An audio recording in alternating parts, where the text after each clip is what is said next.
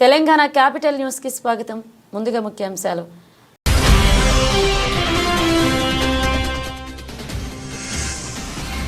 బడ్జెట్లో తెలంగాణకు కేటాయింపులు జరిగాయి. కీలక విషయాలు వెల్లడించిన కేంద్ర మంత్రి.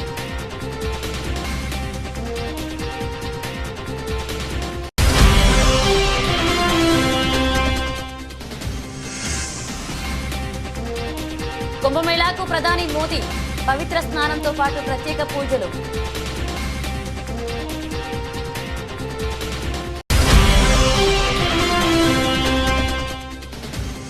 విద్యా వ్యవస్థపై ప్రధాని మోదీ సంచలన వ్యాఖ్యలు. పోలింగ్ ముందు ఆమ్ ఆద్మీ పార్టీపై బాంబు పేల్చిన ప్రధాని Modi.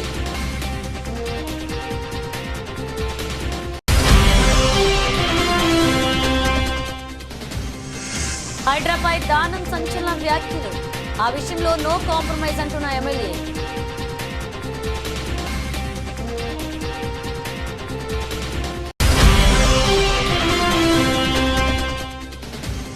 Trump Modi big meeting కు రంగం సిద్ధం. ప్రధాని అమెరికా టూర్ షెడ్యూల్స్ ఫిక్స్ చేసిన అధికారులు.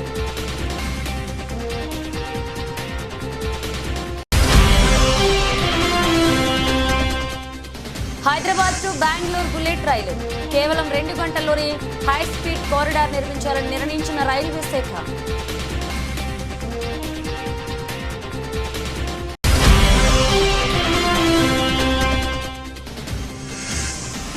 బ్యాటింగే చేస్తానంటే సరిపోదు, అభిషేక్ కు హర్భజన్ వార్నింగ్.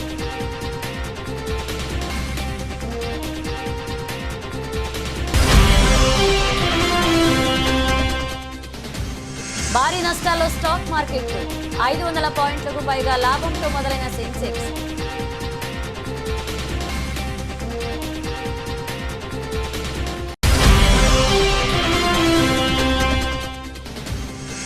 అందనంత ఎత్తుకు పసిడి. తెలుగు రాష్ట్రాల్లో 84,000 దాటేసిన బంగారం.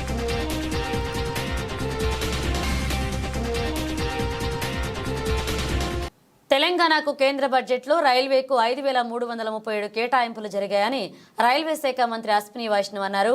ఉమ్మడి ఆంధ్రప్రదేశ్లో యూపీఏ హయాంలో 886 కోట్లు మాత్రమే ఇచ్చారని తెలిపారు. ఢిల్లీలో అశ్విని వైష్ణవ్ మీడియా సమావేశంలో మాట్లాడుతూ తెలంగాణలో 41,667 కోట్ల పెట్టుబడి పెట్టామని చెప్పారు. తెలంగాణలో 1,322 కిలోమీటర్ల కవచ్ ఏర్పాటు చేస్తామని తెలిపారు. కొత్త వందే భారత్ రైళ్లను తెలంగాణ కేటాయిస్తామన్నారు. నవభారత్ రైళ్లు కూడా ఇస్తున్నామని తెలిపారు. అమృత్ భారత్ రైళ్లను 1000 కిలోమీటర్లకు 450తో ప్రయాణం చేసే అవకాశం కల్పిస్తామన్నారు. 100 అమృత్ భారత్ రైళ్లు త్వరలోనే అందుబాటులోకి వస్తాయని చెప్పారు. అలాగే కాజీపేట రైల్వే స్టేషన్ అభివృద్ధి చేస్తున్నట్లుగా ఆయన తెలియజేశారు. పలు పనులకు అనుమతులు కావాలని చెప్పారు. ప్రధాన రైల్వే స్టేషన్ల పరిధిలో రక్షణ వ్యవస్థ కవచ్ను ఏర్పాటు చేస్తున్నట్లుగా తెలియజేశారు. రాష్ట్రంలో 1,026 కిలోమీటర్ల మేరకు ఏర్పాటు చేస్తామని చెప్పారు. 2 ఏళ్లలో దేశమంతా ఈ టెక్నాలజీని అందుబాటులోకి తెస్తున్నట్లుగా వివరించారు. సికింద్రాబాద్లో కౌచ్ సెంటర్ ఫర్ ఎక్సలెన్స్ ఏర్పాటు చేస్తామని అన్నారు. ఏపీలో రైల్వే అభివృద్ధికి 9,417 కోట్లు కేటాయించామని అశ్విని వైష్ణవ్ చెప్పారు. యూపీఏ హయాంలో కంటే 11 రెట్లు అధికంగా నిధులు కేటాయించామని తెలిపారు. ఏపీలో 84,559 కోట్ల రూపాయల ప్రాజెక్టులు జరుగుతున్నాయని చెప్పారు. 73 రైల్వే స్టేషన్లు అభివృద్ధి చేశామన్నారు. 100% రైల్వే లైన్ల విద్యుదీకరణ పూర్తయిందని, 1,560 కిలోమీటర్ల రైల్వే ట్రాక్ నిర్మించామని చెప్పారు. ఏపీ ముఖ్యమంత్రి సహకారానికి ధన్యవాదాలన్నారు. 8 వందే భారత్ రైళ్లు 16 జిల్లాలను కలుపుతూ ఏపీలో సేవలు అందిస్తున్నాయని చెప్పారు. భవిష్యత్తులో ఏపీకి మరిన్ని వందే భారత్ రైళ్లు వస్తాయని స్పష్టం చేశారు. దేశవ్యాప్తంగా 110 కిలోమీటర్ల వేగంతో వెళ్లేందుకు ట్రాక్ను సిద్ధం చేస్తున్నామని తెలియజేశారు. కొన్ని రూట్లలో 130 కిలోమీటర్ల వేగం, కొన్ని రూట్ల 160 కిలోమీటర్ల వేగంతో రైళ్లు ప్రయాణించేలాగా ట్రాక్స్ సిద్ధం చేస్తున్నామని అశ్విని వైష్ణవ్ తెలియజేశారు. 886 for combined, both states combined, it was 886 crore. Now it is only for Telangana 5,337 crore. This is again a matter of pride that entire Telangana state is now 100% electrified. The network of Telangana is now 100% electrified. I want you to take a note of very important data. The third point I would like to share with you, please take note of this. It's a very important number.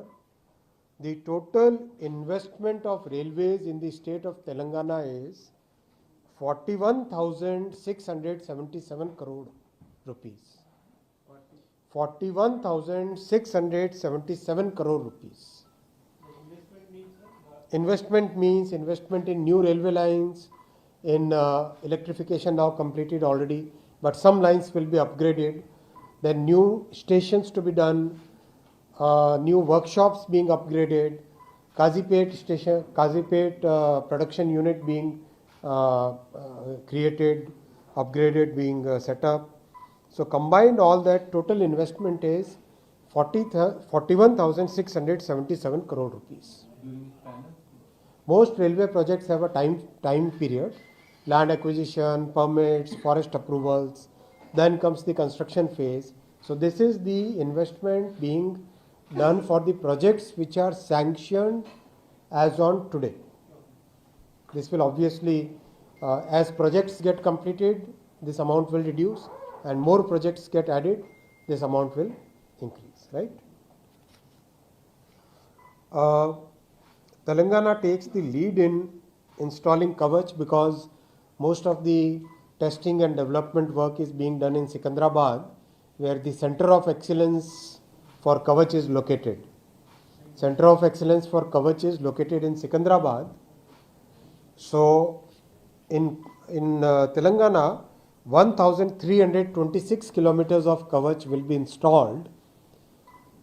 So that 1,326 kilometers. This is huge, and this. ప్రధాని మంత్రి నరేంద్ర మోదీ ఫిబ్రవరి 5న Prayagraj మహాకుంభమేళాను సందర్శించనున్నారు.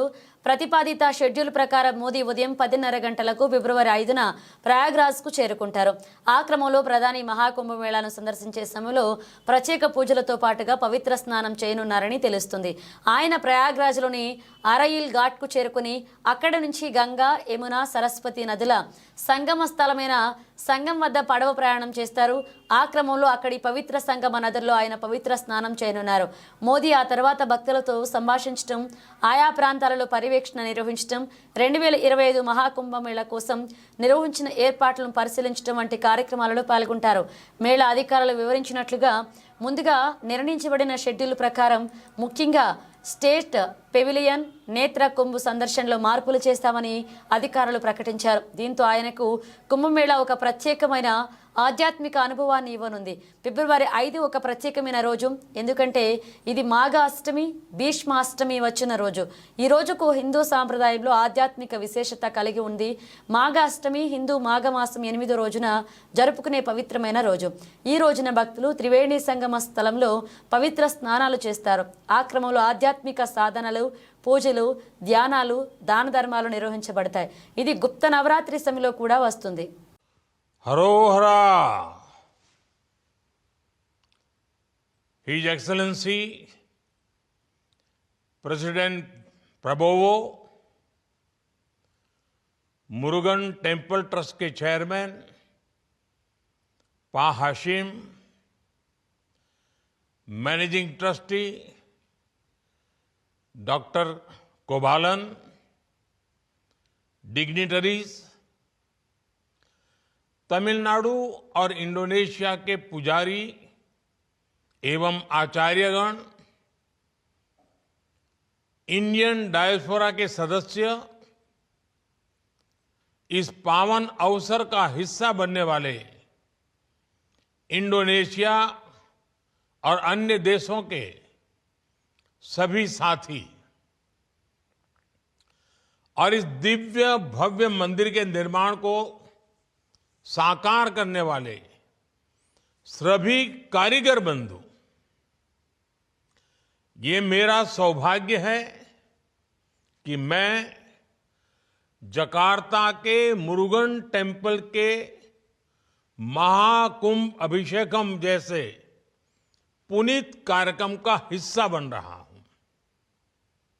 My brother president Prabowo, उनकी मौजूदगी ने इसे मेरे लिए और विशेष बना दिया है. मैं फिजिकली भले ही जकार्ता से सैकड़ों किलोमीटर दूर हूं, लेकिन मेरा मन इस आयोजन के उतने ही करीब है जितना भारत इंडोनेशिया के आपसी रिश्ते। अभी कुछ ही दिन पहले प्रेसिडेंट प्रबोवो भारत से 140 करोड़ भारतवासियों का प्यार लेकर गए हैं। मुझे विश्वास है उनके जरिए आप सब हर भारतीय की शुभकामनाओं को वहां अनुभव कर रहे होंगे। मैं आप सभी को और भारत इंडोनेशिया समेत दुनिया भर में भगवान ఢిల్లీ అసెంబ్లీ ఎన్నికల పోలింగ్ ముందు ప్రధాని నరేంద్ర మోదీ ఆమ్ ఆద్మీ పార్టీపై బాంబు పేల్చారు. ఢిల్లీలో విద్యార్థులతో ముచ్చటించిన ప్రధాని మోదీ ఇక్కడ పాఠశాలల్లో 9వ తరగతి దాటి చదివేందుకు అందరూ విద్యార్థులను ఆమ్ ఆద్మీ పార్టీ అనుమతించడం లేదు అని చెప్పారు. కేవలం పాస్ అవుతారన్న గ్యారంటీ ఉన్న వారికి మాత్రమే పై తరగతులకు పంపిస్తున్నారని తెలిసిందన్నారు. రిజల్ట్ సరిగా రాకపోతే ప్రభుత్వం పరువు పోతుందని వారు భావిస్తున్నారని ఫైర్ అయ్యారు. విద్యార్థులను పై చదువులు చదవకుండా విద్యా వ్యవస్థలను ఆప్ అవినీతికి పాల్పడుతుంది అన్నారు. ఆ ప్రతిష్టను పెంచుకునేందుకే విద్యార్థుల భవిష్యత్తును నాశనం చేస్తున్నారని మోదీ మండిపడ్డారు. ఢిల్లీ పాఠశాలల్లో 9వ తరగతి 11వ తరగతిలో ఫెయిల్ అయ్యే విద్యార్థుల సంఖ్య అధికంగా ఉందన్న ఆరోపణలు ఎప్పటి నుంచో ఉన్నాయి. 9వ తరగతిలో ఏటా 1,00,000 మందికి పైగా ఫెయిల్ అవుతున్నారని విద్యాశాఖ లెక్కలు చెబుతున్నట్లుగా సమాచారం. ఈ నేపథ్యంలో ఢిల్లీ విద్యా వ్యవస్థపై ప్రధాని మోదీ వ్యాఖ్యలు సంచలనంగా మారాయి. मैंने सुना है ये दिल्ली में 9वीं कक्षा के बाद बच्चों को आगे जाने ही नहीं देते। जो बच्चे गारंटी है पास होंगे उन्हीं को जाने दे। क्यों?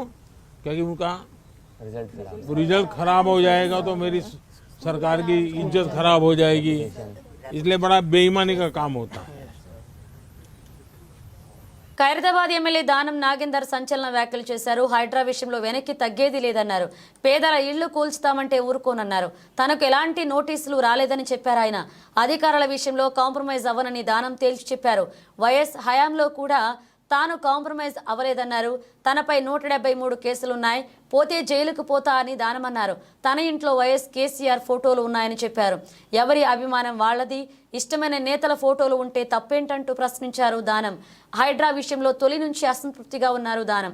ఇటీవలే తాను చెప్పినా కూడా ఆపకుండా కూల్చివేయడంపై ఆయన అధికారులపై ఆగ్రహంతో ఉన్నారు. కూల్చివేతల విషయంలో అధికారులు ఏకపక్షంగా వ్యవహరిస్తున్నారని అన్నారు. ఖైరతాబాద్ ఎమ్మెల్యే దానం నాగేందర్ పేదలను ఇబ్బంది పెట్టేలా వారి వ్యవహారం ఉండదన్నారు. కూల్చివేతలు చేపట్టాలని భావిస్తే ముందు ఓల్డ్ సిటీ నుంచే మొదలు పెట్టాలని ఇటీవలే ఓ మీడియాతో మాట్లాడుతూ అధికారులకు సవాల్ విసిరారు.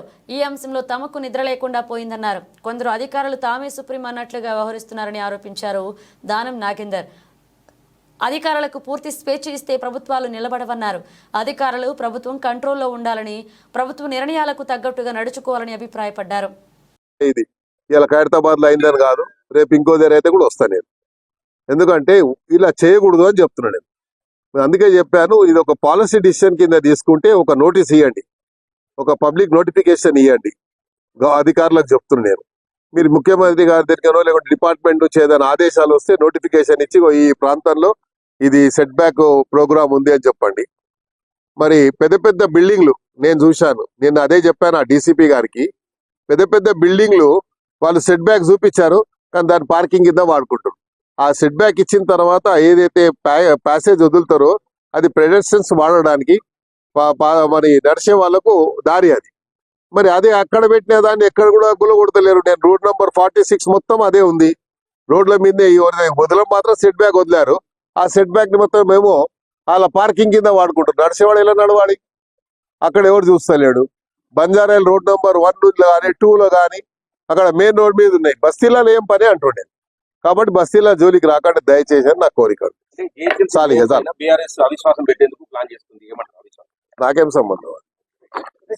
ఇప్పుడు కూల్చివేతలు అనేది ఎప్పుడే గాని ఏకపక్షంగా పోకూడదు. ఎందుకు పోకూడదు అంటే నేను చూస్తా ఉన్నాను కూల్చివేతలు ఎక్కడైతే రోజువారీగా. అమెరికా నూతన అధ్యక్షుడు డొనాల్డ్ ట్రంప్ ప్రధాని మోదీ బిగ్ మీటింగ్ కు రంగం సిద్ధమవుతుంది. ఫిబ్రవరి 12 నుంచి 14 వరకు అమెరికాలో మోదీ పర్యటించనున్నట్లుగా తెలుస్తుంది. వైట్ హౌస్ లో 13వ తేదీ ట్రంప్ తో మోదీ భేటీ అవుతారు. అక్రమ వలసదారులు, వీసాలు, సుంకాలపై మోదీ ట్రంప్ మధ్య చర్చలు జరిగే అవకాశం ఉంది. ట్రంప్ రెండవసారి అధికారంలోకి వచ్చిన తర్వాత ఫస్ట్ టైం ఆయనతో ప్రధాని మోదీ సమావేశమవుతున్నారు. అమెరికాకు రెండవసారి అధ్యక్షుడిగా ఎన్నికైన డొనాల్డ్ ట్రంప్ కి ప్రధాని మోదీ ఫోన్ చేసి శుభాకాంక్షలు తెలిపారు. ఈ సందర్భంగా రెండు దేశాల సంబంధాలపై ఇద్దరు నేతలు మాట్లాడుకున్నారు. రెండు దేశాల మధ్య పరస్పర ప్రయోజనకరమైన విశ్వాసపూరిత భాగస్వామ్యానికి భారత్ కట్టుబడి ఉందని ట్రంప్కు తెలిపారు మోదీ. భారత్ అమెరికా ప్రజల సంక్షేమానికి, ప్రపంచ శాంతి సౌభాగ్యాల కోసం కలిసి పనిచేద్దామని ట్రంప్కు వివరించారు మోదీ ట్రంప్ చర్చలపై వైట్ హౌస్ అధికారిక ప్రకటన చేసింది. మోదీని అమెరికా పర్యటనకు ఆహ్వానించడంపై ఈ ఫోన్ కాల్లో చర్చ జరిగిందని తెలిపింది. అలాగే రెండు దేశాల మధ్య పరస్పర సహకారం పెంపొందించుకోవడంపై ట్రంప్ మోదీ మధ్య చర్చ జరిగిందని అమెరికా అధ్యక్ష కార్యాలయం ఆ ప్రకటనలో వివరించింది. దీంతో పాటు అమెరికా తయారు చేసిన ఆయుధాల కొనుగోళ్లను పెంచాల్సిన అవసరాన్ని భారత్కు విజ్ఞప్తి చేసినట్లుగా వైట్ హౌస్ తెలిపింది. పారదర్శకమైన ద్వైపాక్షిక వాణిజ్య బంధాన్ని పెంచాలని కూడా మోదీని ట్రంప్ కోరారు. మరోవైపు రెండు దేశాల మధ్య వ్యూహాత్మక భాగస్వామ్యంపై చర్చ జరిగింది. ఈ ఏడాది తొలిసారి భారత్లో క్వాడ్ సదస్సు నిర్వహణపై మోదీ, ట్రంప్ ఈ ఫోన్ కాల్లో చర్చించారని వైట్ హౌస్ వివరించింది. Today between India and the United States, a very high level of convergence of our interests, and a sense that while we serve our national interests, while we build our bilateral partnership, definitely on regional issues and global issues, there is a lot of good that we can do. So that sense of global good was also very evident conceptually in what we discussed. In terms of the bilateral ties, I think now you do understand this was the first day of the administration, so obviously we had a sort of essentially a broad brush conversation, didn't get too deep into details, but there was, I think, an agreement, a consensus between us that we need to be bolder, we need to be bigger, we need to be more ambitious. The interactions between us should be more intensive. And some of the specifics we discussed, we want to promote the ease of building the relationship. That how do you make business, mobility, education, technology, defense security, how do you make it easier to do? Hyderabad వాసులు bullet రైళ్లు ఎక్కే రోజులు ఎంతో దూరంలో లేవు. దేశంలోని ప్రధాన నగరాలను బుల్లెట్ రైళ్లతో అనుసంధానించే భారీ ప్రాజెక్టులో మరొక కీలక అడుగు పడింది. హైదరాబాద్ ముంబై మధ్య 709 కిలోమీటర్ల మేర హై స్పీడ్ కారిడార్ నిర్మించాలని రైల్వే నిర్ణయించింది. ఈ కారిడార్ను బెంగళూరు వరకు విస్తరించాలని భావిస్తోంది. దీంతో పాటు మైసూరు, చెన్నై మధ్య నిర్మించి తలపెట్టిన హై స్పీడ్ రైల్ కారిడార్ను కూడా హైదరాబాద్ వరకు విస్తరించాలని యోచిస్తుంది. అదే జరిగితే హైదరాబాద్ నుంచి ముంబై, చెన్నై, బెంగళూరు మధ్య ప్రయాణ దూరం గంటల్లోకి తగ్గిపోతుంది. ప్రస్తుతం ముంబై, అహ్మదాబాద్ మధ్య జపాన్ సంస్థ సాంకేతికత, ఆర్థిక సాయంతో హై స్పీడ్ కారిడార్ నిర్మిస్తున్నారు. ఈ మార్గంలో జపాన్ తయారీ బుల్లెట్ రైలు నడవనుంది. ఆ తర్వాతి దశలో మరిన్ని హై స్పీడ్ కారిడార్లు నిర్మించనున్నారు. వాటిలో పైన పేర్కొన్న హైదరాబాద్ ముంబై, హైదరాబాద్ బెంగళూరు, హైదరాబాద్ చెన్నై మార్గాలు కూడా ఉన్నాయి. వీటిలో హైదరాబాద్ చెన్నై, హైదరాబాద్ బెంగళూరు కారిడార్లను ఎలివేటెడ్ భూగర్భ మార్గాలను నిర్మిస్తారు. హైదరాబాద్ బెంగళూరు మధ్య దూరం 618 కిలోమీటర్ల. సాధారణ సూపర్ ఫాస్ట్ ఎక్స్ప్రెస్లలో హైదరాబాద్ నుంచి బెంగళూరు వెళ్లేందుకు 11 గంటలు, వందే భారత్లో 8.5 గంటల సమయం పడుతుంది. అదే బుల్లెట్ రైలు అందుబాటులోకి వస్తే కేవలం 2 గంటల్లోనే బెంగళూరు చేరుకునే వెసులుబాటు లభిస్తుంది. అలాగే హైదరాబాద్ చెన్నై మధ్య దూరం 757 కిలోమీటర్లు కాగా సాధారణ ఎక్స్ప్రెస్ రైళ్లలో అయితే 15 గంటల సమయం పడుతుంది. బుల్లెట్ రైలు అందుబాటులోకి వస్తే ఈ సమయం 2.5 గంటలకు తగ్గుతుంది. అయితే ఈ ప్రాజెక్టులు పూర్తయ్యేందుకు 10 నుంచి 13 సంవత్సరాలు పడుతుందని రైల్వే అధికారులు అంచనా వేస్తున్నారు.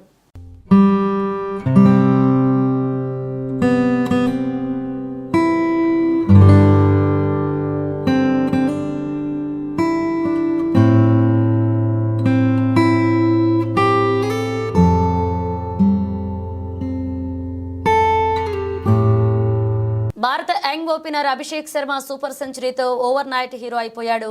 ఐపీఎల్ ఇన్నింగ్లలో ఫేమ్ సంపాదించుకున్న ఈ లెఫ్ట్ హ్యాండ్ బ్యాటర్ ఇంగ్లాండ్పై సెంచరీతో ఇంటర్నేషనల్ క్రికెట్లోనూ తన ముద్ర వేశాడు. అతడి నాక్పై దిగ్గజ స్పిన్నర్ హర్భజన్ సింగ్ స్పందించాడు. ప్రతి బ్యాటర్ కెరీర్లో చెప్పుకోదగ్గ నాక్స్ కొన్ని ఉంటాయి. కెరీర్ ముగిశాక వెనక్కి తిరిగి చూసుకుంటే అవే గుర్తుకొస్తాయి. అయితే అలాంటి ఇన్నింగ్స్ అంత ఈజీగా రావు. కొన్నేళ్ల పాటు ఆడుతూ పోతేనే ఇది సాధ్యం. అయితే కొందరు చిచ్చర పిడుగులు మాత్రం కెరీర్ స్టార్టింగ్లోనే మెమరబుల్ నాక్స్ ఆడి ఆశ్చర్యపరుస్తుంటారు. Team India young opener Abhishek Sharma అదే పని చేశాడు. ఇంగ్లాండ్తో జరిగిన 5వ టీ20లో అతడు ఆకాశమే హద్దుగా చెలరేగాడు. 54 బంతుల్లో 135 పరుగుల ఇన్నింగ్స్తో విధ్వంసం సృష్టించాడు. 7 4లు 13 6లతో ప్రత్యర్థి బౌలర్లను ఊతకోచకోశాడు. అలాంటోడిపై దిగ్గజ స్పిన్నర్ హర్భజన్ సీరియస్ అయ్యాడు. ఇంగ్లాండ్తో టీ20లో బ్యాటింగ్లో సెంచరీతో వీరవిహారం చేసిన అభిషేక్ శర్మ బౌలింగ్లోనూ సత్తా చాటాడు. ఒక ఓవర్ వేసి 3 పరుగులిచ్చి 2 కీలక వికెట్లు పడగొట్టాడు. అప్పుడప్పుడు బౌలింగ్ చేసే ఈ లెగ్ స్పిన్నర్ బ్రేక్ త్రూలు అందిస్తూ తనలోని స్పిన్ నైపుణ్యాన్ని బయటపెడుతూ వస్తున్నాడు. అయితే ఇదే అంశంపై హర్భజన్ సీరియస్ అయ్యాడు. అభిషేక్ బ్యాటింగ్ మీద దృష్టి పెడుతున్నాడు అని, మరి బౌలింగ్ ఎవరు చేస్తారని ప్రశ్నించాడు బజ్జీ. అతడితో మంచి లెగ్ స్పిన్నర్ దాగి ఉన్నాడని, బౌలింగ్ స్కిల్స్ను మెరుగుపరుచుకుంటూ అంటూ అభిషేక్ అతడి వార్నింగ్ ఇచ్చాడు. ఈ విషయంలో గతంలోనూ పలుమార్లు సూచనలు చేసినా అతడు పట్టించుకోలేదు అని సీరియస్ అయ్యాడు బజ్జీ. అంతర్జాతీయ మార్కెట్లలో బలహీన సంకేతాలు ఉన్నప్పటికీ కనిష్టాల వద్ద మదుపర్ల కొనుగోళ్లు సాగిస్తుండటంతో మంగళవారం ఉదయం దేశీయ సూచీలు లాభాల బాటలో సాగుతున్నాయి. ఈ వారంలో 5, 6 తేదీల్లో ఆర్బీఐ ద్రవ్య పరపతి మీటింగ్ జరగనుంది. కీలక వడ్డీ రేట్లకు 0.25% తగ్గించవచ్చని మార్కెట్ నిపుణులు అంచనా వేస్తుండడం కూడా మార్కెట్ సెంటిమెంట్ను బలపరుస్తుంది. దీంతో సెన్సెక్స్, నిఫ్టీ లాభాలతో మొదలయ్యాయి. సోమవారం ముగింపు 77,186తో పోల్చుకుంటే మంగళవారం ఉదయం 500 పాయింట్లకు పైగా లాభంతో మొదలైన సెన్సెక్స్ ఆ తర్వాత మరింత లాభాల్లోకి దూసుకువెళ్లింది. ఒక దశలో దాదాపు 750 పాయింట్లకు పైగా లాభపడి 77,951 వద్ద గరిష్టానికి చేరుకుంది. ప్రస్తుతం ఉదయం 10 గంటలకు సమయంలో 692 పాయింట్ల లాభంతో 76,878 వద్ద కొనసాగుతుంది. మరోవైపు నిఫ్టీ కూడా సెన్సెక్స్ బాటలోనే కదులుతుంది. ప్రస్తుతం 204 పాయింట్ల లాభపడి 23,565 వద్ద కొనసాగుతుంది. HDFC Bank, Infosys, ICICI Bank తదితర హెవీ వెయిట్ షేర్లలో కొనుగోళ్ల సూచీలను లాభాల వైపు నడిపిస్తున్నాయి. సెన్సెక్స్లో Motherson, Sona, BLW, ABB India, Bank of India షేర్లు లాభాల్లో ఉన్నాయి. ట్రెడ్, అలాగే Tata Chemicals, Berger Paints, United Breweries షేర్లు భారీ నష్టాల్లో ఉన్నాయి. నిఫ్టీ మిడ్ క్యాప్ ఇండెక్స్ 898 పాయింట్ల లాభంతో కొనసాగుతుంది. బ్యాంక్ నిఫ్టీ 743 పాయింట్ల లాభంతో ఉంది. డాలర్తో పోల్చుకుంటే రూపాయి మారకం విలువ ప్రస్తుతానికి 87.02గా ఉంది.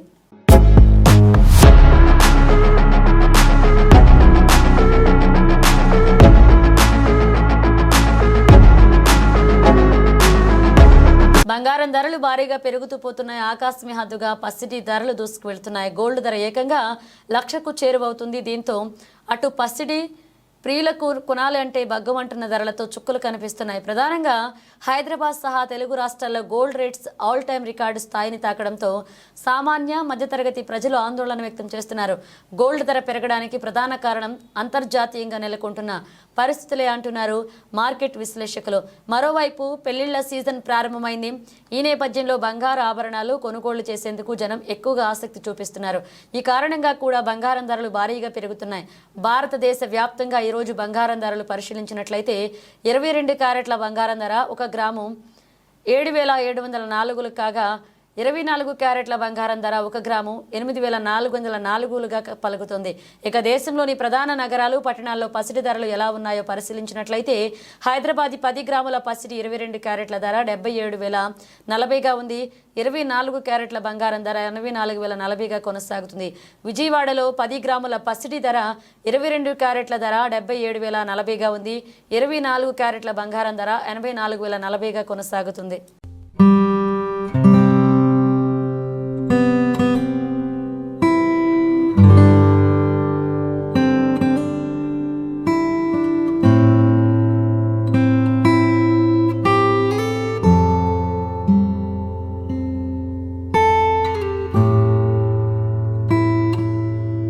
బులెటిన్ ముగించే ముందు హెడ్లైన్స్ మరోసారి.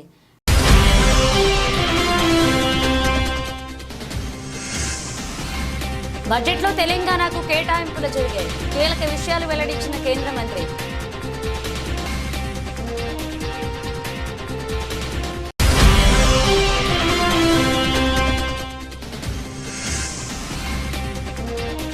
కుంభమేళాకు ప్రధాని మోదీ పవిత్ర స్నానంతో పాటు ప్రత్యేక పూజలు.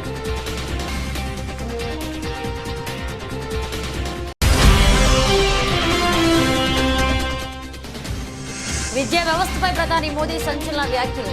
పోలింగ్కు ముందు ఆమ్ ఆద్మీ పార్టీపై బాంబు పేల్చిన ప్రధాని మోదీ.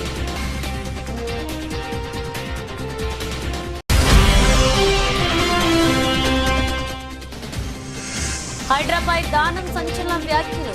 ఆ విషయంలో నో కాంప్రమైజ్ అంటున్న MLA.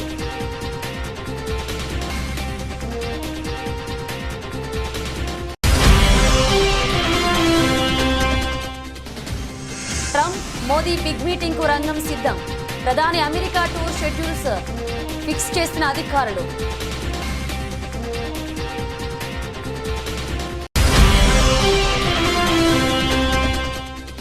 Hyderabad to Bengaluru bullet రైలు కేవలం 2 గంటల్లోనే హై స్పీడ్ కారిడార్ నిర్మించాలని నిర్ణయించిన రైల్వే శాఖ.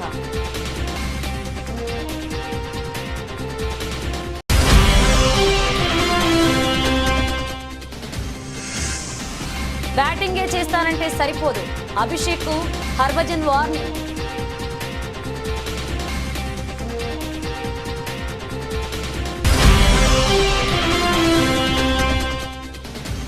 భారీ నష్టాల్లో స్టాక్ మార్కెట్లు. 500 పాయింట్లకు పైగా లాభంతో మొదలైన సెన్సెక్స్.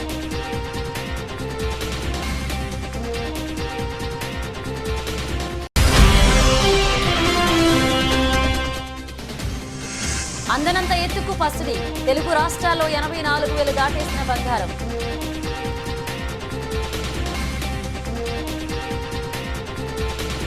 ఇవి బులెటిన్ అప్డేట్స్. మరిన్ని అప్డేట్స్తో మళ్ళీ కలుద్దాం.